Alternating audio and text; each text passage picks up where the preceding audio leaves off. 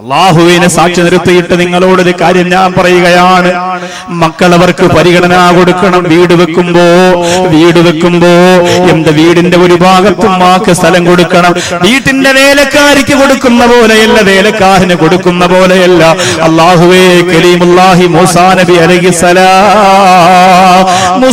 അലൈഹിസ്സലാത്തു വസ്സലാം ഒരിക്കൽ അള്ളാഹുവിനോട് ചോദിച്ചു, റബ്ബേ, എന്റെ സ്വർഗത്തിന്റെ കൂട്ടുകാരൻ ആരാണ് തമ്പുരാനെ? എന്റെ സ്വർഗത്തിന്റെ കൂട്ടുകാരൻ ആരാണ്? എന്റെ സ്വർഗത്തിന്റെ കൂട്ടുകാരൻ ആരാണ്? ആ സമയത്ത് ബഹുമാനപ്പെട്ട മൂസാ നബിയോട് അല്ലാഹു പറഞ്ഞു, ഇദ്ഹബ് ഇലാ ബലദികദാ തജിദു റജുലാ, ഞാൻ പറഞ്ഞു വരുന്ന ഒരു സ്ഥലത്തേക്ക് നീ ചെല്ലുക, അവിടെ ഒരു യുവാവിനെ നിനക്ക് കാണാം, അവനാണ് സ്വർഗത്തിലെ നിന്റെ കൂട്ടുകാരൻ. മൂസാ നബി ചോദിച്ചു, അല്ലാഹുവേ, അയാൾ ഇപ്പോഴും ജീവിച്ചിരിക്കുകയാണോ? എന്റെ സ്വർഗത്തിന്റെ കൂട്ടുകാരൻ ഇപ്പൊ ജീവിച്ചിരിക്കുകയാണോ? അള്ളാഹു പറഞ്ഞ സ്ഥലത്തേക്ക് മൂസാ നബി കാണാൻ ചെല്ലുമ്പോ ഒരു ചെറുപ്പക്കാരനാണ്. വലിയ ഒരു സഞ്ചിയിലുണ്ടാക്കിയ പെട്ടി ആ യുവാവിന്റെ കയ്യിലുണ്ട്. മൂസാ നബി അലൈഹിസ്സലാം ആ സഹോദരനെ ചെന്ന് പരിചയപ്പെട്ടു. ഞാൻ മൂസാ നബിയാണെന്ന് മൂസാ നബി പറയാൻ പോയില്ല. ആ യുവാവ് പറഞ്ഞു, ഇന്ന് നിങ്ങൾക്ക് ഭക്ഷണം എന്റെ വീട്ടിൽ നിന്ന് കഴിക്കാ. അതിഥികളെ സ്വീകരിക്കുന്നതിന് വലിയ പുണ്യം കൽപ്പിച്ചിരുന്ന കാലഘട്ടമായിരുന്നു അത്. ബഹുമാനപ്പെട്ട മൂസാ നബിയെയും കൊണ്ട് അയാൾ വീട്ടിലേക്ക് പോകുമ്പോൾ ഈ രണ്ട് പെട്ടി തറയിൽ വെക്കുന്നില്ല, തോളിൽ ചുമന്നുകൊണ്ടാണ് നടന്നു പോകുന്നത്. മൂസാ നബി അലൈഹിസ്സലാമിനെ ചെറിയ വീട്ടിന്റെ അകത്ത് കടത്തിയിരുത്തി പാത്രത്തിൽ ഭക്ഷണം കൊണ്ടുവന്ന് വെച്ചു. മൂസാ നബി അലൈഹിസ്സലാം കഴിക്കാൻ തുടങ്ങുമ്പോ ആ ചെറുപ്പക്കാരൻ അതിൽ നിന്ന് കുറച്ച് ഭക്ഷണം എടുത്തിട്ട് ഈ പെട്ടിയുടെ ഒരു ഭാഗം അങ്ങോട്ട് തുറന്നിട്ട് അകത്തേക്ക് വെച്ചു കൊടുക്കുകയാണ്. മൂസാ നബി ചിന്തിച്ചു, അല്ലാ, ഏതെങ്കിലും മൃഗങ്ങളാണോ, പൂച്ചയോ മൃഗങ്ങളോ മറ്റോ ആണോ ഈ പ്രിയപ്പെട്ട ചെറുപ്പക്കാരൻ അവർക്ക് ഭക്ഷണം വെച്ചു കൊടുക്കുന്നതെന്തിനാണ്? പുറത്ത് ആരോ വന്നപ്പോൾ ആരാണെന്ന് നോക്കാൻ ഈ യുവാവ് പുറത്തിറങ്ങിയപ്പോ ബഹുമാനപ്പെട്ട മൂസാ നബി അലൈഹിസ്സലാം ഈ പെട്ടി അങ്ങോട്ട് തുറന്നു നോക്കുമ്പോ സുബ്ഹാനല്ലാഹ്, പ്രായാധിക്യത്തിന്റെ പടുകുഴി വീണുപോയ ഉമ്മയും ഉപ്പയുമാണ്. കണ്ണുകുഴിയിൽ വീണുപോയവരാണ്, തൊലിയെല്ലാം ചുക്കിച്ചുളിഞ്ഞു പോയവരാണ്. മൂസാ നബി ചോദിച്ചു, നിങ്ങളാരാണ്? ആ ഉമ്മയും വാപ്പയും പറഞ്ഞു, ആ പോയത് ഞങ്ങളുടെ മകനാണ്. അവൻ എന്തിനാണ് നിങ്ങളെ ഇങ്ങനെ ചുമന്നുകൊണ്ട് നടക്കുന്നത്? ആ പ്രിയപ്പെട്ട ഉമ്മ പറയുന്നു, അവൻ എന്തിനാണ് ഞങ്ങളെ കൊണ്ട് നടക്കുന്നതെന്നറിയോ? ഞങ്ങൾക്ക് വേറെ ആരുമില്ല. ഈ വീട്ടിന്റെ അകത്ത് ഞങ്ങളെ ആക്കിയിട്ട് പോയാൽ വന്യമൃഗങ്ങളും ഇഴജന്തുക്കളും വന്ന് ഞങ്ങളെ ഉപദ്രവിക്കാൻ സാധ്യതയുണ്ട്. അതുകൊണ്ട് ഞങ്ങളെ അവന് കൂടെ കൊണ്ടുപോവുകയാണ്. അവൻ വെള്ളം കുടിക്കുമ്പോ നമുക്കും വെള്ളം തരും, അവൻ ഭക്ഷണം കഴിക്കുമ്പോ നമുക്കും ഭക്ഷണം തരും, അവൻ വസ്ത്രം ധരിക്കുമ്പോ നമുക്കും വസ്ത്രം തരും, അവൻ വിശ്രമിക്കുമ്പോ നമ്മളും വിശ്രമിക്കും. എവിടെ പോയാലും ഞങ്ങൾ അവനോടൊപ്പം ഉണ്ടാകുമെന്ന് പറഞ്ഞപ്പോ അവര് ചോദിക്കുന്നു, അതല്ല, ഇതൊക്കെ ചോദിക്കാം, നിങ്ങളാരാണ്? പെട്ടെന്ന് മൂസാ നബി പറഞ്ഞു, അന കലീമുല്ലാഹി മൂസാ, ഞാൻ മൂസാ നബിയാന്ന് പറഞ്ഞപ്പോ ആ ഉമ്മയും ഉപ്പയും ഫതബസ്സമാ, രണ്ടുപേരും പുഞ്ചിരിക്കുകയാണ്. ഫതഖബ്ബല, രണ്ടുപേരും മൂസാ നബിയുടെ കയ്യിൽ മുത്തം കൊടുക്കുകയാണ്. എന്നിട്ട് അവര് പറഞ്ഞു, നബിയേ, ഞങ്ങൾക്ക് നിങ്ങളെ കാണണമെന്നൊരു ജീവിതത്തിന്റെ ഒരു വലിയ ആഗ്രഹമായിരുന്നു തങ്ങളെ. അത് പറഞ്ഞു ഉമ്മയും വാപ്പയും മരണപ്പെട്ടു പോവുകയാണ്. ഉമ്മയുടെ വാപ്പയുടെ ഈ ഞരങ്ങലിന്റെ ശബ്ദം കേട്ട് വീടിന് പുറത്തു പോയ പൊന്നുമോനകത്ത് വരികയാണ്. എന്ത് സംഭവിച്ചു പോയി? മൂസാ നബി പറഞ്ഞു, ഉമ്മയും വാപ്പയും മരിച്ചുപോയി. ആ യുവാവ് പറഞ്ഞു, നിങ്ങൾ മൂസാ നബിയാണല്ലേ, നിനക്കെങ്ങനെ മനസ്സിലായി? ആ യുവാവ് പറഞ്ഞു, എന്റെ ഉമ്മാക്കും ഉപ്പാക്കും ജീവിതത്തിലെ ഏറ്റവും വലിയ ആഗ്രഹം അവര് മരിക്കുന്നതിന് മുമ്പ് മൂസാ നബിയെ കാണണമെന്നാണ്. അതുകൊണ്ട് ഞാൻ അല്ലാഹുവിനോട് എപ്പോഴും ദുആ ചെയ്തിരുന്നതല്ലാ, എന്റെ പ്രിയപ്പെട്ട ഉമ്മായുപ്പായെ മൂസാ നബിയെ കാണിക്കാതെ മരിപ്പിക്കല്ലേ അല്ലാ. എന്റെ ഉമ്മ എന്നോട് പറയുമായിരുന്നു, മാതാപിതാക്കളെ വേദനിപ്പിക്കാതെ സംരക്ഷിക്കുന്നത് കൊണ്ട് എന്റെ ദുആ അല്ലാഹു സ്വീകരിക്കുമെന്ന് എന്റെ ഉമ്മ എന്നോട് ബഹുമാനപ്പെട്ട ചെറുപ്പക്കാരൻ പറയുമ്പോ, എന്റെ പ്രിയപ്പെട്ട സഹോദരങ്ങളെ, അല്ലാഹുവിന്റെ മൂസാ നബിയെ കാണാൻ ഉമ്മയുടെ ദുആ കൊണ്ട് പൊന്നുമോന് കഴിഞ്ഞു പോയെങ്കിൽ, ആ മോന്റെ ദുആ കൊണ്ട് ഉമ്മാക്ക് കഴിഞ്ഞു പോയെങ്കിൽ നമുക്ക് ആവശ്യമെന്താ? ഉമ്മയെ സ്നേഹിക്കുന്നതിലൂടെ, വാപ്പയെ സ്നേഹിക്കുന്നതിലൂടെ നമ്മൾ ആഗ്രഹിക്കുന്നത് എവിടെ എത്താനാ? അഷ്റഫുൽ ഖൽഖ് നബി മുഹമ്മദ് മുസ്തഫ സല്ലല്ലാഹു അലൈഹി വസല്ലമ തങ്ങളുടെ ചാരത്ത് ചെന്ന് ഹൗലുൽ കൗസർ കുടിക്കാനാണ്. എന്റെ വേദനയോടെ പ്രസവിച്ച ഉമ്മാക്ക്, എന്റെ വാപ്പാക്കും നാളെ മുത്തറസൂലിന്റെ കയ്യിൽ നിന്ന് ഹൗലുൽ കൗസർ വാങ്ങിക്കൊടുക്കാ. എന്റെ പ്രസംഗ ജീവിതത്തിന്റെ ബറക്കത്ത് കൊണ്ട് നാഥാ നീ ഭാഗ്യം തരണേ അല്ലാ. എത്രയോ പ്രസംഗം കൊണ്ട് യതീമീങ്ങളുടെ കല്യാണം നടന്നിട്ടുണ്ടല്ലോ. എത്രയോ പ്രസംഗം കൊണ്ട് പാവപ്പെട്ടവരുടെ അറബി കോളേജിന് ഭക്ഷണം കിട്ടിയിട്ടുണ്ടല്ലോ. എത്രയോ പ്രസംഗം കൊണ്ട് അറബി കോളേജുകൾ, നൂറുകണക്കിന് ആഫിലിയങ്ങള്, പാവപ്പെട്ട ഉമ്മമാരുടെ ഉപ്പമാരുടെ ഭവനങ്ങള്, നൂറുകണക്കാർ അനാഥ പെമ്മക്കളുടെ കല്യാണങ്ങള്, അല്ലാഹുവേ അതെല്ലാം എത്രയോ പ്രഭാഷണം കൊണ്ട് നടന്നിട്ടുണ്ടെങ്കിലല്ല, അതിനെല്ലാം പകരം നാള് ഞങ്ങളുടെ കരളിന്റെ കഷണമായ നബി മുഹമ്മദ് മുസ്തഫ സല്ലല്ലാഹു അലൈഹി വസല്ലമ തങ്ങളിൽ നിന്ന് ഹൗദുൽ കൗസർ വാങ്ങി ഉമ്മാക്കും ഉപ്പാക്കും മക്കൾക്കും ഭാര്യയ്ക്കും കൊടുക്കാൻ ഈ പ്രസംഗ ജീവിതത്തിന് പകരം നീ ഭാഗ്യം തരണേ അല്ലാ. എന്റെ പ്രിയപ്പെട്ടവരെ, മുത്തറസൂലിന്റെ മുമ്പ് വന്ന രണ്ട് പരാതി കൂടി പറഞ്ഞിട്ട് വേണം നമുക്ക് ദുആരക്കാൻ. രണ്ട് പരാതി, ഒന്ന് ഉമ്മയെ കുറിച്ച് വന്ന പരാതി, മറ്റൊന്ന് വാപ്പയെ കുറിച്ച് വന്ന പരാതി. ആ രണ്ട് പരാതിയും കേൾക്കുമ്പോ എന്റെയും നിങ്ങളുടെയും മനസ്സ് പൊട്ടിപ്പോകുമെന്നുറപ്പാണ്. എന്നിട്ട് ഖുർആനിന്റെ ദുആയില്ലേ, റബ്ബിർഹംഹുമാ കമാ റബ്ബയാനി സഗീറാ, അത് 11 പ്രാവശ്യം ഇവിടെ പാരായണം ചെയ്യുക. ഈ സ്വർഗീയ ആരാമവിടം പിരിഞ്ഞു പോകുമ്പോ, ഈ സ്വർഗീയ ആരാമവിടം അസ്തമിക്കുമ്പോ അത് 11 പ്രാവശ്യം ഓതി ചങ്ക് പൊട്ടിക്കരന്ന് നിലവിളിച്ചു ദുആരക്കണം. ആ ദുആയിൽ പങ്കെടുക്കാൻ വേണ്ടി ഓരോരുത്തരും നിയ്യത്ത് ചെയ്യുക. എന്റെ ഉമ്മാക്ക് കൊടുക്കുന്ന ഏറ്റവും വലിയ ദുആ, എന്റെ വാപ്പാക്ക് കൊടുക്കുന്ന ഏറ്റവും വലിയ ദുആ, എന്റെ മാതാപിതാക്കൾക്ക് കിട്ടാവുന്നതിൽ വെച്ച് ഏറ്റവും വലിയ പരമോന്നതമായ സരസിന്റെ ദുആ, ഈ തിങ്ങി നിറഞ്ഞ് തടിച്ചുകൂടി നിൽക്കുന്ന ഹദിയ എന്ന പ്രസ്ഥാനത്തെ കോരിത്തെരിപ്പിക്കുന്ന, അത്ഭുതത്തിന്റെ പാരമ്യതയിലെത്തിക്കുന്ന ഈ ജനസാഗരത്തിൽ തടിച്ചുകൂടി ഉമ്മമാരുപ്പമാര് മുതഅല്ലിമീങ്ങള് ഖൽബ് നൊന്തുകൊണ്ട് റബ്ബിർഹംഹുമാ കമാ റബ്ബയാനി സഗീറാ എന്ന് ദുആരക്കുമ്പോ രക്ഷപ്പെടുന്നത് നമ്മുടെ ഉമ്മയാണ്, നമ്മുടെ വാപ്പയാണ്, നമ്മുടെ മക്കളാണ്. അൽഹംദുലില്ലാഹ്. ആ രണ്ട് ചരിത്രവും ആ ദുആയും വരുന്നതിന് മുമ്പ് എന്റെ മുമ്പിൽ ഇരിക്കുന്നവരോട് പറയുകയാണ്, ഹദിയ എന്ന സംഘടന നിങ്ങളുടെ പണം പിരിച്ചിട്ട് പൊട്ടടിക്കുന്നവരല്ല, സ്വന്തം കീശ വീർപ്പിക്കുന്നവരല്ല, സ്വന്തം കുംഭ കീർത്തിക്കുന്നവരല്ല. അൽഹംദുലില്ലാഹ്. കാഞ്ഞങ്ങാടിന്റെ ചരിത്രത്തെ മാറ്റി എഴുതിയിട്ട് ഹദിയ എന്ന് പറയുന്ന ഒരു സുന്ദരനായി ചമഞ്ഞൊരുങ്ങിയിട്ട് പാവപ്പെട്ടവന്റെ വേദന മാറ്റാ, പൊട്ടിക്കരയുന്നവന്റെ കണ്ണീരപ്പാ. ആ പ്രിയപ്പെട്ട സംഘടന ഇറങ്ങി നടക്കുമ്പോ അത് കണ്ടില്ലെന്ന് വെക്കല്ലേ ചെറുപ്പക്കാരാ. അൽഹംദുലില്ലാഹ്. ബൈത്തുൽ ഹംദ് എന്ന് പറയുന്ന ഒരു മനോഹരമായ പദ്ധതി കൂടി ഹദിയ തുടക്കം കുറിച്ചിരിക്കുകയാണ്. ഒരു കാലഘട്ടത്തിൽ മുഴുവനും പുഞ്ചിരി കൊണ്ട് കേരളത്തിന്റെ മനുഷ്യത്വത്തെ മുഴുവനും ആവാഹിച്ചെടുത്ത പാണക്കാട് സയ്യിദ് മുഹമ്മദ് അലി ശിഹാബ് തങ്ങൾക്ക് ബൈത്തുർ റഹ്മ അല്ലാഹു കൊടുത്ത സമ്മാനമായതുപോലെ എത്ര പാവപ്പെട്ടവരാണ് വീട്ടിന്റെ അകത്ത് കഴിയുന്നത്. ഞാൻ കണ്ടിട്ടുണ്ട്. ഒരു സ്ഥലത്ത് പ്രസംഗത്തിന് പോയപ്പോ ശിഹാബ് തങ്ങളുടെ പേരിൽ വെച്ചുകൊടുത്ത ബൈത്തുർ റഹ്മയിൽ നിന്നാണ് ഭക്ഷണം ഒരുക്കിയത്.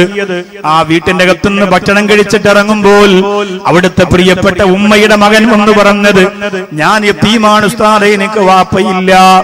വാപ്പയുള്ള സമയത്ത് ഞങ്ങൾ കടത്തിണ്ണയിലാണ്. അല്ലാഹുവേ ഉസ്താദ് ഞങ്ങൾക്ക് വേണ്ടി ദുആരക്കണ്ട. എന്റെ ഉമ്മയുടെ കണ്ണീര് തീർന്നത് ഈ മനോഹരമായ ശിഹാബ് തങ്ങളുടെ പേരിലുള്ള വീട്ടിൽ വന്നപ്പോഴാണ്. അതുകൊണ്ട് ഈ വീടിന് കല്ല് വാങ്ങിക്കൊടുത്ത, സിമന്റ് വാങ്ങിക്കൊടുത്ത, ഈ വീടിന് സഹായം ചെയ്തവർക്ക് ഉസ്താദ് എന്നും ദുആരക്കണം. ഞങ്ങളുടെ ജീവിതത്തിൽ ഇതുപോലെ ഞങ്ങളുടെ സ്വന്തം വീട്ടിൽ ഒരു ഉസ്താദ് വന്ന് ഭക്ഷണം കഴിക്കുന്നത് ആദ്യമായിട്ടാണ്. ആ യതീമായ കുട്ടി പറഞ്ഞപ്പോ ഖൽബ് നൊന്തുപോയി. അരിഞ്ഞാലുകാരാ, ഖൽബ് വെന്തുപോയി അരിഞ്ഞാലുകാരാ. ഇവിടെ ഹദിയ കൊടുക്കുന്ന സമ്മാനമാണ് ബൈത്തുൽ ഹംദ്. അൽഹംദുലില്ലാഹ്. കാസർഗോഡ് ജില്ലയിലാണ് വീടില്ലാത്തവരുടെ ഒരുപാട് വീഡിയോകൾ ഇപ്പൊ പുറത്തു വരുന്നത്. ഒരുപാട് വീഡിയോ ക്ലിപ്പ്. ചില ക്ലിപ്പ് കാണുമ്പോൾ നേരിട്ടവിടെ വന്നൊരു വീട് വെച്ച് കൊടുത്താൽ എന്തെന്ന് ആഗ്രഹിച്ചു പോകും. പക്ഷേ ഞാൻ വരൂല. ഒരു പ്രാവശ്യം വന്ന് എന്റെ ക്ഷീണം ഇതുവരെ മാറിയില്ല, അതുകൊണ്ട് ഞാൻ വരൂല. കാസർഗോഡ് ജില്ലയിൽ വീട് വെക്കാനായിട്ട് ഞാൻ വരില്ല. എന്റെ നാട്ടിൽ ചെയ്തു തുടങ്ങിയിട്ടുണ്ട് ഞാൻ. നിങ്ങൾ എന്നെ പഠിപ്പിച്ചതാണത്. അടുത്ത ഡിസംബർ 31 ഇൻഷാ അല്ലാഹ് 100 കണക്കിന് കുട്ടികൾക്ക് വിവാഹ ധനസഹായം കൊടുക്കുന്നുണ്ട്. അള്ളാഹു തൗഫീഖ് തരട്ടെ. എന്റെ മേൽനോട്ടത്തിലാണ്. ഇതിൽ 3-4 കുട്ടികൾക്ക് ഞാൻ തന്നെയാണ് കൊടുക്കുക. ബാക്കിയുള്ളവരെ ഫോണിലൂടെ വിളിച്ച് ബന്ധപ്പെട്ടിട്ട് ഒരു 5 പവനും 2 ലക്ഷം രൂപയും അല്ലെങ്കിൽ 10 പവനും 1 ലക്ഷം രൂപയും പാവപ്പെട്ട കുട്ടികളെ എല്ലാ ജില്ലയിൽ നിന്നും തിരഞ്ഞെടുത്തിട്ട് എന്റെ നാട്ടിൽ വെച്ച് കൊടുക്കും. എന്റെ നാടിപ്പോ പഴയതുപോലല്ല. ഞാൻ കാസർഗോഡ് കുറെ കാലം വരാതിരുന്നപ്പോ ആ പ്രവർത്തനം മുഴുവനും ഞങ്ങളുടെ നാട്ടിലൊക്കെ വ്യാപിപ്പിച്ചു. എത്രയോ കാര്യങ്ങൾ അവിടെ ചെയ്തു. ഒരുപാട് യതീമിങ്ങളുടെ കല്യാണം, വീട് വെച്ചു കൊടുക്കൽ, രോഗികൾക്ക് വേണ്ടി ഒരു പ്രത്യേക ആതുരാലയം തന്നെ അൽഹംദുലില്ലാഹ് ഉണ്ടാക്കി. അതിൻ്റെ അകത്ത് കുറെ രോഗികൾ, ആരുമില്ലാത്തവർ, ഞങ്ങൾ അവർക്ക് ഭക്ഷണം വാരി കൊടുത്തിട്ടുണ്ട്. അവരടുത്തിരുന്ന് ഭക്ഷണം ഞാനും എൻ്റെ ഭാര്യയും മക്കളും അവരടുത്തിരുന്നിട്ട് പെരുന്നാളിന് ഭക്ഷണം കഴിച്ചിട്ടുണ്ട്. എന്ത് തൃപ്തിയാണെന്നറിയോ, എന്ത് സന്തോഷമാണെന്നറിയോ. ഇൻഷാ അല്ലാഹ് അതുകൊണ്ട് ചെയ്യാൻ. ഇവിടെ എത്രയോ ക്ലിപ്പ് ഞാൻ കണ്ടു, വീഡിയോ ക്ലിപ്പ് അല്ലേ. 4 മക്കളുള്ള വെറും കറുത്ത ടാർപ്പ കെട്ടിയിട്ട് ജീവിക്കുന്ന കാസർഗോഡ് ജില്ലയിലെ ഒരു ക്ലിപ്പ് ഈ അടുത്തൊക്കെ ചാനലിലൂടെ വന്നതൊക്കെ വാട്സപ്പിലൂടെ ഫേസ്ബുക്കിലൂടെ പ്രചരിച്ചു. 4 മക്കള്. നിങ്ങൾ ആലോചിച്ചു നോക്ക് സഹോദരങ്ങളെ. ആ പ്രിയപ്പെട്ട ഉമ്മ അവരെ എന്ത് ചെയ്യണമെന്നറിയാതെ 30 വയസ്സ്, 25 വയസ്സ്, 27 വയസ്സ് അങ്ങനെയുള്ള മക്കളാണ്. ഒരു കിടക്കാടമില്ല. പട്ടി വന്ന് കടിച്ചാൽ പോലും ചോദിക്കാൻ ആളില്ല. രാത്രി ഒരു കള്ളം വന്ന് ഈ മക്കളെ എടുത്തുകൊണ്ട് പോയാലും ആ ഉമ്മാക്കും ഉപ്പാക്കും ചോദിക്കാനും പറയാനും ആരുമില്ല. കുറെ യുവാക്കൾ ഒരു സംഘടനയൊക്കെ രൂപീകരിച്ച് അക്കൗണ്ടൊക്കെ തുടർന്ന് അത് ചെയ്യാൻ വേണ്ടി തീരുമാനിച്ചു. അതിന്റെ കാര്യങ്ങളൊന്നും എനിക്കറിയില്ല. പക്ഷെ ഞാൻ പറയാണ്, കാഞ്ഞങ്ങാടിന്റെ അരിഞ്ഞാലിന്റെ പരിസരത്ത് അങ്ങനെ ഒരു ക്ലിപ്പ് ഇറങ്ങാൻ പാടില്ല. അല്ലാഹു റബ്ബുൽ ഇസ്സത്ത് നമ്മെ കാത്തിരക്ഷിക്കുമാറാകട്ടെ. അത് നമുക്ക് സഹിക്കാൻ പറ്റും. നമ്മൾ കഷ്ടപ്പെട്ട് കഴിഞ്ഞാൽ ചിലപ്പോൾ ഒരു 6 ലക്ഷം രൂപയ്ക്ക് ഒരു വീടുണ്ടാക്കാൻ പറ്റും. കോഴിക്കോട് താമരശ്ശേരി ഭാഗത്ത് നിങ്ങൾ ചിന്തിച്ചിട്ടുണ്ടോ? ഒരു 10-15 കിലോമീറ്റർ ഇച്ചിരി വനാന്തരത്തിലൊക്കെ കയറി പോകുമ്പോ അവിടെ മണ്ണെണ്ണ വിളക്കിന്റെ വെളിച്ചത്തിൽ ഇപ്പോഴും SSLCക്ക് പഠിക്കുന്ന മക്കളുണ്ട്. വീടിന് അടപ്പില്ല, ബാത്റൂം തുറന്നതാണ്, ടാർപ്പയും തുണിയും കൊണ്ട് കെട്ടിയിരിക്കുന്നു. ഞാൻ കണ്ണുകൊണ്ട് കണ്ടതാണ്. 1 വർഷം കഴിഞ്ഞിട്ടില്ല. അവിടെ ഒരു വീടിന് 2 ലക്ഷം രൂപ കൊടുത്താൽ മതി. അവര് പറയണു, ഞങ്ങൾക്ക് സന്തോഷമായി സാറേ, 2 ലക്ഷം രൂപ കൊണ്ട് ഞങ്ങൾ ഇതൊക്കെ ഒന്ന് മറച്ചെടുക്കട്ടെ. നമ്മുടെ വീടിന്റെ അവസ്ഥ നമ്മളൊന്ന് ചിന്തിക്കുക. അല്ലാഹു റബ്ബുൽ ഇസ്സത്ത് ഈ പ്രിയപ്പെട്ട സഹോദരൻ എന്റെ അടുത്ത് പറഞ്ഞത് എന്താണെന്നറിയോ? നിങ്ങളുടെ പേരെന്താണ്? മറ്റേ നമ്മുടെ പ്രസിഡന്റ് പോയി കുഞ്ഞു മൊയ്തീൻ സാഹിബിനോട് പറഞ്ഞു, ഇവിടെ വിജ്ഞാനത്തിനും അതുപോലെ തന്നെ ചികിത്സയ്ക്കും ഒക്കെ വേണ്ടിയാണ് നമ്മൾ ആദ്യം ഇവിടെ അധിക പൈസ പിരിച്ചിരുന്നത്. അപ്പോ അതുകൊണ്ട് തന്നെ വീട് വെക്കാനുള്ള പാർപ്പിട ഭദ്രത ഇല്ലാത്തത് കൊണ്ട് അത്യാവശ്യം ഒരാൾക്കൊരു വീട് വെച്ചു കൊടുക്കേണ്ട അവസ്ഥ വന്നപ്പോൾ വാട്സപ്പ് ഗ്രൂപ്പിൽ ഇട്ടിട്ട് 6 ലക്ഷം രൂപ ഇതല്ലാതെ പിരിച്ചിട്ടാണ്, ഇതിന്റെ അകത്തല്ലാതെ പിരിച്ചിട്ടാണ് അവർ ചെയ്തു കൊടുത്തതെന്ന് അവരെ കൊണ്ട് സാധിക്കും. ഞാൻ ഉറപ്പ് പറയാണ്, അവരെ കൊണ്ട് സാധിക്കും. നിങ്ങൾ ഇത്രയും ആളുകൾ, ഒരാളൊരു 2000 രൂപ വെച്ച് കൊടുത്താൽ എത്ര വീട് ഇവിടെ വെക്കാൻ പറ്റും? ഒരാളൊരു 2000 രൂപ വെച്ച് കൊടുത്താൽ എത്ര വീട് നമുക്ക് വെച്ചു കൊടുക്കാൻ പറ്റും? ഒരു യതീമായ കുടുംബത്തിന്, വിധവയായ കുടുംബത്തിന്, ആരുമില്ലാത്തവർക്ക് ഒരു തണലിടം ഒരുക്കി കൊടുക്കാൻ അള്ളാഹു തൗഫീഖ് തരട്ടെ. മാരക രോഗത്തിൽ നിന്ന് രക്ഷപ്പെടാൻ ഈ വടകരയിൽ, കണ്ണൂർ ഇവിടെ അങ്ങോട്ട് കഴിഞ്ഞ് നിങ്ങൾ യാത്ര ചെയ്യുമ്പോഴുള്ള വടകരയില് ഫാത്തിമ നിസ എന്ന് പറയുന്ന 6 വയസ്സ് മാത്രം പ്രായമുള്ള ഒരു കുഞ്ഞിനെ ഇപ്പൊ നാദാപുരത്ത് ഒരു പള്ളി ഉദ്ഘാടനത്തിന് ഹൈദരലി തങ്ങളും പ്രസംഗത്തിന് ഞാൻ ചെന്നപ്പോ 4 മണിക്ക് ഞങ്ങൾ ചായ കുടിക്കുന്ന വീട്ടിൽ ആ പ്രിയപ്പെട്ട സഹോദരൻ ഫാത്തിമ നിസ എന്ന മോളെ കൊണ്ടുവന്നു. ലൈവായി കണ്ടുകൊണ്ടിരിക്കുന്ന പ്രോഗ്രാമാ. ചിലപ്പോ അദ്ദേഹവും അദ്ദേഹത്തിന്റെ ഭാര്യയും മോളും ഇന്നും ഉസ്താദ് ഞങ്ങൾക്ക് ചിലപ്പോൾ ദ്വാരക്കും, അതുകൊണ്ട് ഞങ്ങൾ കാണട്ടെ എന്ന് പറഞ്ഞ് ലൈവായി ചിലപ്പോ ഈ പ്രോഗ്രാം കണ്ടുകൊണ്ടിരിക്കുന്നുണ്ടാവും. ഇതൊക്കെ നിങ്ങൾ പഠിക്കാൻ വേണ്ടി പറയാൻ. നമ്മുടെ അവസ്ഥ എപ്പോഴാണ് മാറി മറിയുന്നതെന്ന് നമുക്ക് പറയാൻ കഴിയില്ല. ആ സഹോദരന്റെ അടുത്ത് ചോദിച്ചു, ഉസ്താദിന് എന്നെ പരിചയമുണ്ടോ? ഞാൻ പറഞ്ഞു, ഓർക്കുന്നില്ല. ഉസ്താദ് തിരുവനന്തപുരം വള്ളക്കടവിൽ ജോലി ചെയ്യുമ്പോ എന്റെ മോളെയും കൊണ്ട് ഞാൻ RCCയിൽ വന്നതാണ്. മോളെ കുറവുണ്ടോ എന്ന് ചോദിക്കുമ്പോ ആ പ്രിയപ്പെട്ട സഹോദരൻ പറയുന്നു, മിണ്ടല്ല ഉസ്താദേ, ചികിത്സയെല്ലാം കഴിഞ്ഞു. RCCയിൽ നിന്ന് എന്റെ മോളെ മടക്കി വിട്ടു. ഇനി എന്റെ പൊന്നുമോൾക്ക് ചികിത്സയില്ലെന്ന് പറഞ്ഞു. എറണാകുളത്ത് വലിയ ഒരു ഹോസ്പിറ്റലിൽ കാണിച്ചു, എന്റെ പൊന്നുമോൾക്ക് ഇനി ചികിത്സയില്ലെന്ന് പറഞ്ഞു. ഇനി ശരീരത്തിലുള്ള ക്യാൻസറിന്റെ അണുക്കൾ നശിക്കില്ല എന്ന് പറഞ്ഞു. 6 വയസ്സ് മാത്രമുള്ള കുഞ്ഞിന് കാര്യങ്ങൾ അറിയാനുള്ള പ്രായമായല്ലോ, അതിനുള്ള പക്വതയായല്ലോ. അതുകൊണ്ട് അല്ലാഹ് ആ പ്രിയപ്പെട്ട പൊന്നുമോക്കറിയാം ഇനി എത്ര നാളാണ് ഉമ്മയെ കാണുന്നത്, എപ്പോഴും മരിക്കുമല്ലോ. അല്ലാഹുവേ, ഞാൻ ആ പൊന്നുമോളോട് തമാശക്ക് മോളൊന്ന് ചിരിച്ചേ എന്ന് പറഞ്ഞ് കവളത്തൊരു നുള്ളു കൊടുത്തപ്പോ ആ മോള് തലതിരിച്ചു കളഞ്ഞു. ആ ഉപ്പ പറയുകയാണ്, എന്റെ തങ്കക്കുടം ചിരിച്ചിട്ടെത്ര നാളായെന്നറിയോ എന്റെ ഉസ്താദേ, എന്റെ പൊന്നുമോള് ചിരിച്ചിട്ടെത്ര നാളായെന്നറിയോ. അല്ലാഹുവേ, അല്ലാഹുവേ, അങ്ങനൊരു അവസ്ഥ ഞങ്ങളുടെ മക്കൾക്ക് നീ ഒരിക്കലും വരുത്തരുത് അല്ലാ. ഈ അരിഞ്ഞാല് വന്ന പ്രിയപ്പെട്ട സഹോദരങ്ങളുടെ മക്കളെ മാരക രോഗത്തിൽ നിന്ന് രക്ഷപ്പെടുത്തണേ അല്ലാ, മാരക രോഗത്തിൽ നിന്ന് രക്ഷപ്പെടുത്തണേ അല്ലാ. ബൈത്തുൽ ഹംദ് എന്ന പദ്ധതിയിലേക്ക് അബൂദാബിയിലുള്ള ഒരു പ്രിയപ്പെട്ട സഹോദരൻ 50,000 രൂപ, ഞാനിത് പറയുമ്പോ ഉസ്താദ് പിരിവ് തുടങ്ങി എന്ന് പറഞ്ഞ് എഴുന്നേറ്റ് പോകുന്ന ഒരു നിസ്സഹകരണം നിങ്ങളുടെ മനസ്സിലുണ്ടാവരുത്. ഒന്നും കൊടുക്കാൻ കഴിഞ്ഞില്ലെങ്കിലും ഒരുപാട് വൈകാതെ മാതാപിതാക്കൾക്ക് ആയത്തോതി ദുആരക്കുന്ന സദസ്സല്ലേ. എന്തിനാണ് നമ്മളതിനെ നിരുത്സാഹപ്പെടുത്തി മടങ്ങി പോകുന്നത്? ഒന്നൊരുമിച്ചിരുന്നിട്ട് ദ്വാരന്നിട്ട് എത്ര കാലമായി ചെറുപ്പക്കാരാ ഈ കാസർഗോഡ് ജില്ലയുടെ മണ്ണിൽ വന്നിട്ട് പൊട്ടിക്കരഞ്ഞുകൊണ്ടൊന്ന് ദുആ ചെയ്യാൻ സമയം ഇപ്പോഴല്ലേ പെങ്ങളെ കിട്ടിയത്. അതുകൊണ്ട് നിങ്ങളെ കൊണ്ട് കഴിയുന്നത് ചെയ്താ മതി. പക്ഷേ ഞാനൊരു കാര്യം ഉറപ്പ് പറയുകയാ, അരിഞ്ഞാലിന്റെ മണ്ണിനെ അത്ഭുതപ്പെടുത്തിയിട്ട് തടിച്ചുകൂടിയ 10,000 ഒരുപോലെ കരഞ്ഞുകൊണ്ട് ആമീൻ പറയുമ്പോ അല്ലാഹു അത് തട്ടിക്കളയുന്നത് എങ്ങനെയാണ് ചെറുപ്പക്കാരാ? കരുണയുള്ള റബ്ബേ, സ്നേഹമുള്ള അല്ലാ, മാരക രോഗത്തിന്റെ അണുക്കളെ തൊട്ട് ഞങ്ങളെ കാക്കണേ അല്ലാ. പാവപ്പെട്ടവർക്കൊരു വീട് വെച്ച് കൊടുക്കാ, 1 ലക്ഷം ഞാൻ കൊടുക്കാ, 2 ലക്ഷം കൊടുക്കാ, ഇല്ലെങ്കിൽ ഞങ്ങൾ തന്നെ വീട് വെച്ച് കൊടുക്കാ എന്നൊക്കെ ആർക്ക് വേണമെങ്കിലും പറയാ. അബൂദാബിയിൽ നിന്ന് ഒന്നാമത്തെ ആള് പറഞ്ഞിരിക്കുന്ന 50,000 രൂപ ബിഫദ്ലി സല്ലല്ലാഹു അലാ മുഹമ്മദ് സല്ലല്ലാഹു അലൈഹി വസല്ലം. അല്ലാഹുവേ, കരുണക്കടലായ റബ്ബേ, അർഹമുർ റഹീമായ നാഥാ, 50,000 രൂപ ഒരു പാവപ്പെട്ടവന് വീട് വെച്ചു കൊടുക്കുമ്പോ എന്റെ വകയായിട്ട് ഇരിക്കട്ടെ എന്ന് പറഞ്ഞ സഹോദരന് ദീർഘായുസ് കൊടുക്കണേ അല്ലാ. ക്യാൻസർ രോഗത്തിന്റെ അണുക്കളെങ്ങാനും ആ സഹോദരന്റെ ശരീരത്തിന്റെ ഉള്ളിലുണ്ടെങ്കിൽ നീ കരിച്ചു കളയണേ അല്ലാ. ആ പ്രിയപ്പെട്ട സഹോദരന് ആഫിയത്ത് കൊടുക്കണേ അല്ലാ. അല്ലാഹുവേ, ആ സഹോദരന്റെ ഉമ്മാക്കും ഉപ്പാക്കും അതിന്റെ പ്രതിഫലം കൊടുക്കണേ അല്ലാ. റബ്ബേ, വാഹനാപകടങ്ങളെ തൊട്ട് കാക്കണേ അല്ലാ. 2 ദിവസം മുമ്പ് എന്റെ നാട്ടില് 3 ചെറുപ്പക്കാരാണ് പുഴയിൽ വീണ് മരണപ്പെട്ടു പോയത്. അല്ലാഹുവേ, ഇതുവരെ കണ്ണീര് പറ്റിയിട്ടില്ല ആ കുടുംബത്തിന്. റബ്ബേ, അവർക്ക് ക്ഷമ കൊടുക്കണേ അല്ലാ. 50,000 രൂപ പറഞ്ഞ ആ പ്രിയപ്പെട്ട സഹോദരന് ഖൈറും ബറക്കത്തും അഭിവൃദ്ധിയും നീ കൊടുക്കണേ അല്ലാ. ഖൈറ് കൊടുക്കണേ അല്ലാ, ബറക്കത്ത് കൊടുക്കണേ അല്ലാ. ബൈത്തുൽ ഹംദ് എന്ന നിന്റെ സ്വർഗത്തിന്റെ വീട്, ബൈത്തുൽ ഹംദ് എന്ന നിന്റെ സ്വർഗത്തിന്റെ വീട് ആ പ്രിയപ്പെട്ട സഹോദരന് കൊടുക്കണേ അല്ലാ.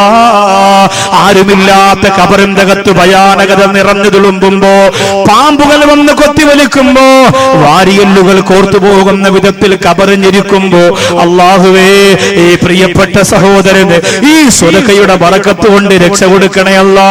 ബിസിനസ് പൊളിച്ചു കളയല്ല അല്ലാ, തകർത്ത് കളയല്ല അല്ലാ.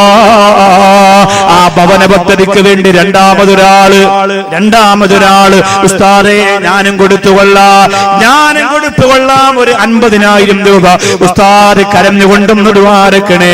ഈ വിശാലമായ സരസിന്റെ ദുആ, ഈ വിശാലമായ നിറഞ്ഞ മജ്‌ലിസിന്റെ ദുആ, ഒരു 50,000 രൂപ ആ ഭവന പദ്ധതിക്ക് ഞാനും കൊടുത്തുകൊള്ളാം. കാസർഗോഡ് പൊട്ടി വീഴാൻ പോകുന്ന കുടുംബജീവിതത്തിന്റെ വിളക്കുകൾ ഇളക്കി ചേർക്കാൻ വേണ്ടി, പാവപ്പെട്ടവന്റെ പട്ടിണി മാറ്റിക്കൊടുക്കാൻ വേണ്ടി, ഒരു വീട്ടിന്റെ അകത്ത് ഇബാദത്ത് ചെയ്യുമ്പോ അതിന്റെ കൂലിയും നിനക്കാണ്, നിസ്കരിക്കുമ്പോ അതിന്റെ കൂലിയും നിനക്കാണ്, നോമ്പ് പിടിക്കുമ്പോ അതിന്റെ കൂലിയും നിനക്കാണ്. ആ വീട്ടിന്റെ അകത്ത് മക്കൾ സന്തോഷത്തോടെ ജീവിക്കുമ്പോ അതിന്റെ പ്രതിഫലവും നിനക്കാണ്. മക്കൾ സലാത്ത് ചൊല്ലുമ്പോ, മക്കൾ ദിക്ർ ചൊല്ലുമ്പോ, അല്ലാഹുവേ അതിന്റെ പ്രതിഫലം മുഴുവനും നിങ്ങൾക്കുള്ളതാണ്. സന്തോഷത്തോടെ ഒരാൾ കൂടി പറയുക, 50,000 ഞാനും കൊടുത്തുകൊള്ളാമെന്ന് റാഹത്തോടെ ഒരാൾ കൂടി പറയുക. അല്ലാഹുവേ ആര് പറഞ്ഞാലും അവർക്കൊരു വിഷമവും നീ കൊടുക്കരുതല്ലാ. ബൈത്തുൽ ഹംദ് എന്ന് പറയുന്ന ഭവന പദ്ധതിക്ക് വേണ്ടി രണ്ടാമതൊരാൾ 50,000 പറയുമ്പോ റബ്ബേ രണ്ട് ലോകത്തും നീ അവർക്ക് ഖൈറും ബറക്കത്തും അഭിവൃദ്ധിയും ഐശ്വര്യവും സമാധാനവും സന്തോഷവും ഈ വലിയ മജ്‌ലിസിന്റെ ദുആയുടെ ബറക്കത്ത് കൊണ്ട് കൊടുക്കണേ അല്ലാഹ്. രണ്ടാമത് ഒരാൾ കൂടി ഒരു 50,000 വാഗ്ദാനം. ഇൻഷാ അല്ലാഹ് ഹദിയയുടെ പ്രവർത്തകര് ആ വീട് പണി തുടങ്ങുന്ന സമയത്ത് കുറേശ്ശെ നിങ്ങൾ കൊടുത്താൽ മതി. സന്തോഷത്തോടെ ഈ വലിയ മജ്‌ലിസിന്റെ ഒരു ദുആ കിട്ടണം എന്ന അദബുള്ള ആഗ്രഹത്തോടെ ഏതെങ്കിലും ഒരാള്, സഹോദരനോ സഹോദരിയോ ആരെങ്കിലും ഒരാള് ഇൻഷാ അല്ലാഹ് ഭർത്താവിന് വേണ്ടി, മക്കൾക്ക് വേണ്ടി, ഉപ്പാക്ക് വേണ്ടി ഒരു 50,000 രൂപ കുറേശ്ശെ ഹദിയയുടെ ബൈത്തുൽ ഹംദ് എന്ന ഭവന നിർമ്മാണ പദ്ധതിക്ക് ഞാൻ കൊടുത്തുകൊള്ളാം. ഞങ്ങളെ കൊണ്ട് ഒരു വീട് വെച്ചു കൊടുക്കാൻ ചിലപ്പോൾ പറ്റൂല, എന്നാലും അൽഹംദുലില്ലാ അതിന്റെ കുറച്ച് ഭാഗം സഹായിക്കാൻ പറ്റുമല്ലോ. ബൈത്തുൽ ഹംദ് പദ്ധതിയിലേക്ക് ഹദിയ എക്സിക്യൂട്ടീവ് അംഗം ഒരു 25,000 രൂപ. ഖുലൂ തക്ബീർ, ഖുലൂ തക്ബീർ സല്ലല്ലാഹു അലാ മുഹമ്മദ് സല്ലല്ലാഹു അലൈഹി വസല്ലം. അല്ലാഹുവേ എല്ലാവരും ആമീൻ പറയുക. കരുണക്കടലായ റബ്ബേ 25,000 രൂപ ബൈത്തുൽ ഹംദിന് വേണ്ടി പറഞ്ഞ ഇവിടുത്തെ പ്രവർത്തകനായ സഹോദരൻ ദീർഘായുസ് കൊടുക്കണേ അല്ലാ, ആരോഗ്യം കൊടുക്കണേ അല്ലാ, ആഫിയത്ത് കൊടുക്കണേ അല്ലാ, എല്ലാ വിഷമങ്ങളും നീ മാറ്റി കൊടുക്കണേ അല്ലാ. 25,000 രൂപ മനസ്സുകൊണ്ട് നിയ്യത്ത് ചെയ്യുമ്പോ എന്താണോ ആ സഹോദരന്റെ മനസ്സിലുള്ള മുറാദ് അത് നീ ഹാസിലാക്കി കൊടുക്കണേ അല്ലാ, അത് നീ ഹാസിലാക്കി കൊടുക്കണേ അല്ലാ. പടച്ചവനെ മാരക രോഗങ്ങളൊന്നും കൊടുക്കല്ലേ അല്ലാ, കഷ്ടപ്പാടും ദുഃഖവും ദുരന്തവും ദുരിതവും ഒന്നും കൊടുത്ത് പരീക്ഷിക്കല്ല അല്ലാ.